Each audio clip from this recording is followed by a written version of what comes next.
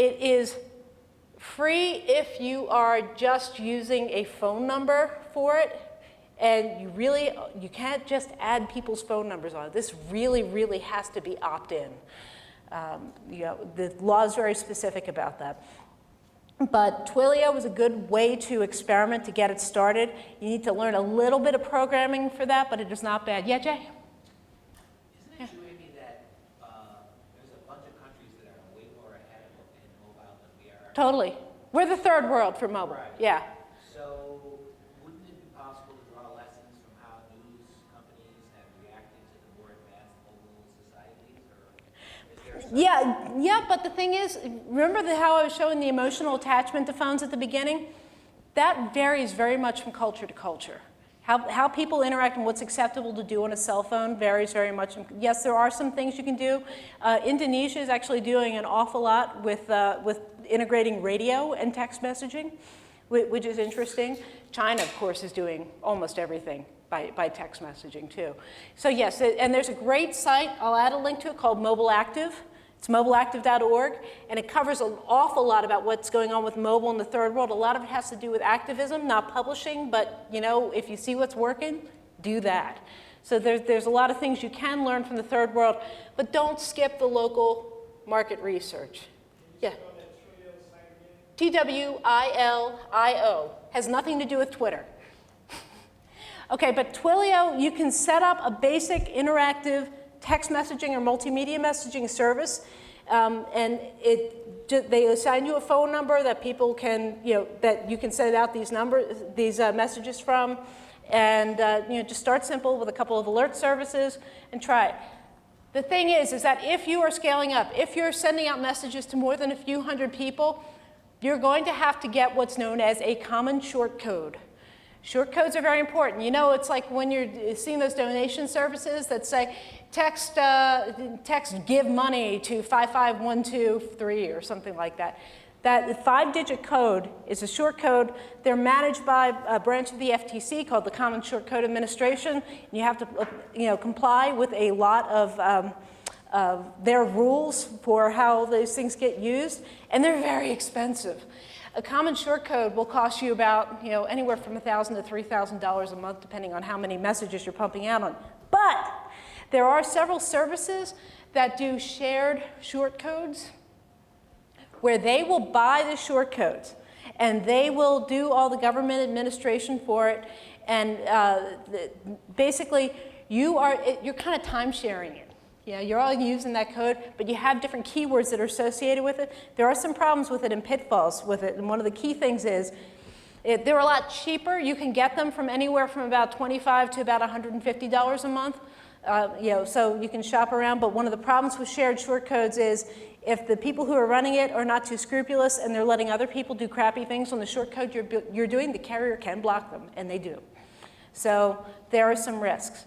So you can experiment with text messaging on the small scale, but if you get up to the large scale, you either accept the risks inherent with shared short codes, or you fork over the money for a big, for your own dedicated short code. And that's a hard limit, and I don't know how we're going to get around that until the cost for short code starts coming down. Yes, Mike.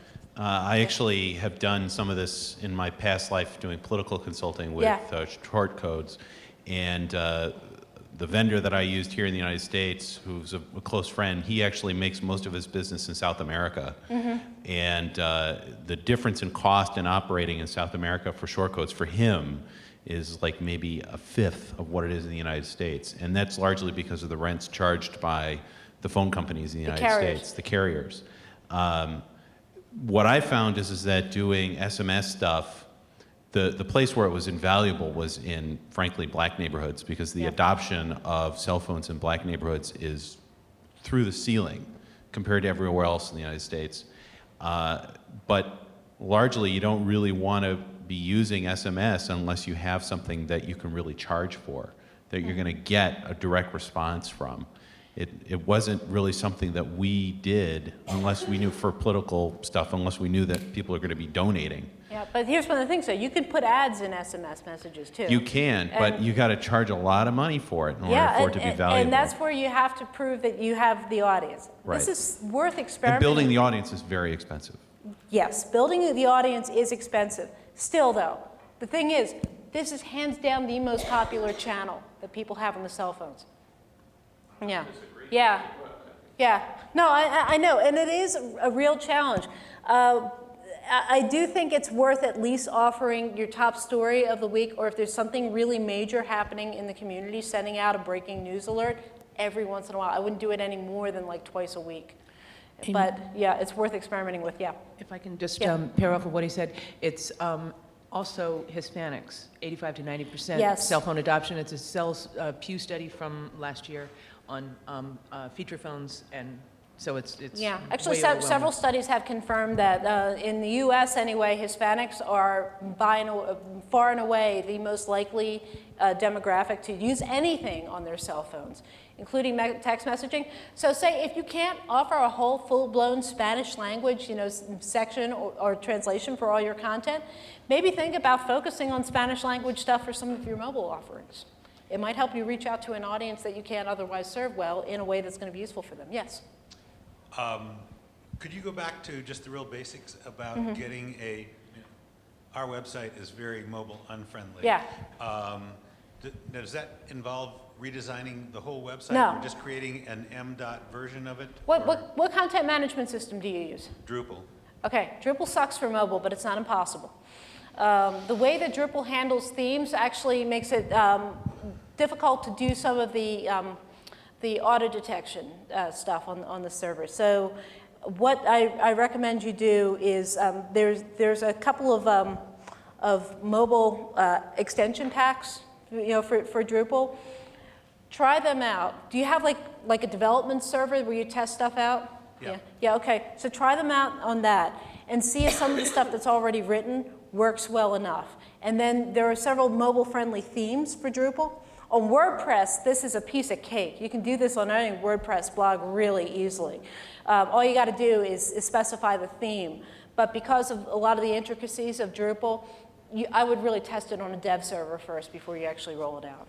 And just one more thing. A company, we talked to a company a year ago called Do Apps that basically offered to create an app for us for $2,000, but no money down. They would just take the first $2,000 in ad revenue. And so we did it. We now have a mobile app. How do you know if the mobile app is working for you? You paid $2,000. What are you getting for it?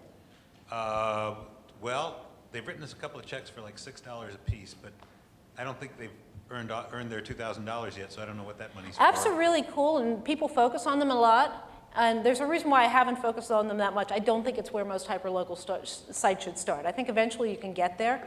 I think you get more mileage out of having a good mobile-friendly website than you do. And here's another reason I haven't talked about yet. One of the most popular things that people do on cell phones, all kinds of phones, is social media. And what do people do a lot on social media? They share links to things. Okay? And if you share a link out on social media and you've got 5,000 followers, and at that given time, about 150 of them see that, and they're on crappy phones, that link, when they press that link, it better work for them. So there's all sorts of reasons to do the mobile website first and to try to figure out some revenue options related to that and dealing with that. But once you get to the point where like if you do your local mobile market research and you know that by this time next year maybe a huge demographic in your audience has Android phones, you might want to think about the Android app. But the catch is that's a software development project. And if you did not do the development, or if you don't know the people who did the development will be around in a year or so to update it, this is something that has to be maintained and updated because the smartphone operating systems, how many versions of Android have come out in the last year or so? All this means, every time they update the OS, there's an opportunity for something in your app to break, and break big time. So, when you know there's a good reason to have an app out there, and when you figured out some kind of revenue option for that app, and that probably will not be paid downloads. It will probably be delivering certain kinds of services through the app or advertising through the app, then do it. But it's such an undertaking. I discourage people from doing that until they have a good mobile website first. Yeah. Yes? Okay, first off, thank you for giving myveronanj.com a shout out on your mobile. Yeah, and you have WordPress, right? Yeah, we're WordPress, because Yeah. I was going to say, it was pure dumb luck. I'm WordPress, and I found a mobile browser and Yeah. a mobile theme, and that's what we're using. I And had it no just, idea boom, what it just works, yeah. Yeah, it Yeah. just works. And I would have to look at the back end of the site to find out the name of it. But I'm looking down the road to that 2 to 3 years ahead when everybody is on smartphones.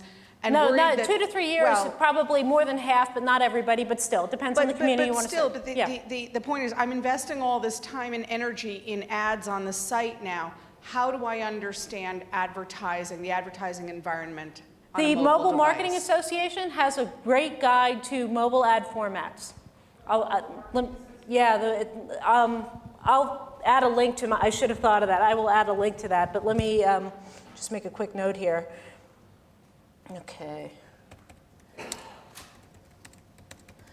Okay, I will add a link to this post after I'm done here. But yeah, like I said, mobile marketers are all over it, and you want to get to know these people and learn from them. And you know, the Mobile Marketing Association has some regional chapters. If they're having meetings that you can go to, I suggest you go to them. They're pretty cool people. Yeah, because you know, most of them are not trying to do spam. Some of them are, and they're really annoying. But the ones who are good at it are looking at it as a service, and you can learn useful things about thinking of content as a service. Yes. So I'm concerned about this too. I mean, we're talking about hyperlocal, Yeah. 5,000 people in my community. Yeah. The number of people, when you break down the different operating systems and all that, it's tiny numbers who are using it. Right. That's why the web. It'll work on it. Yeah. But I use smartphone myself, and I'm looking at the My Verona NJ site, and it looks really nice on a mobile version. And It'll my always site display. and Yeah. my display is my typical web interface. But so I just looked up. I got about 13% of my users access it by iPad, iPhone, Android, and other mobile devices. And maybe we take the iPad out of it, so it's less than that. But I'm giving up then page views, which go into my advertising. Do people sell their ads separately for mobile, or do I have to do something extra to reformat my ads on my site for mobile? I mean, how do I make sure I don't lose that portion of my audience to mobile? That's a good question.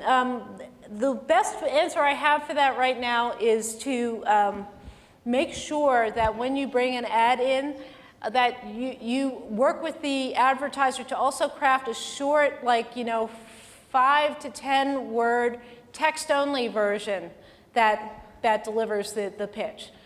So that you could substitute out, instead of the banner, you can substitute in the text and rotate that. You can include that into the theme for the mobile display, so that there is still some, you can have the advertisement and then text instead of a graphic that will take more data to download.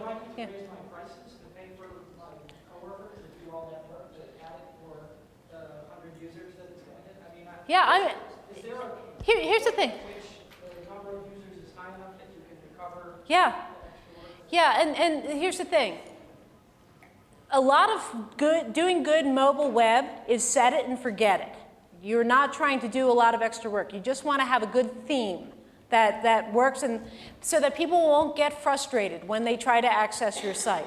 You want them to never be frustrated when they access your site. You want them to get to what they want to get to. But that said, once you use, and I should mention, there's a difficulty with tracking mobile web traffic. You can see mobile web traffic easily in Google Analytics from all the smartphone platforms, but, and I've done some experiments with this, most people who are not on smartphones who access a website, it just shows up as web hits. So you probably don't know how much mobile traffic you actually have, from the mobile website. Now, whether or not it's worth it for that small section of the audience. So at any given time, most people in your audience are going to be that mobile user. and you don't ever want to give them a frustrating experience. So even though it's like maybe only 150 people for, you know, a particular day or a particular page, you're trying to build relationships with this audience.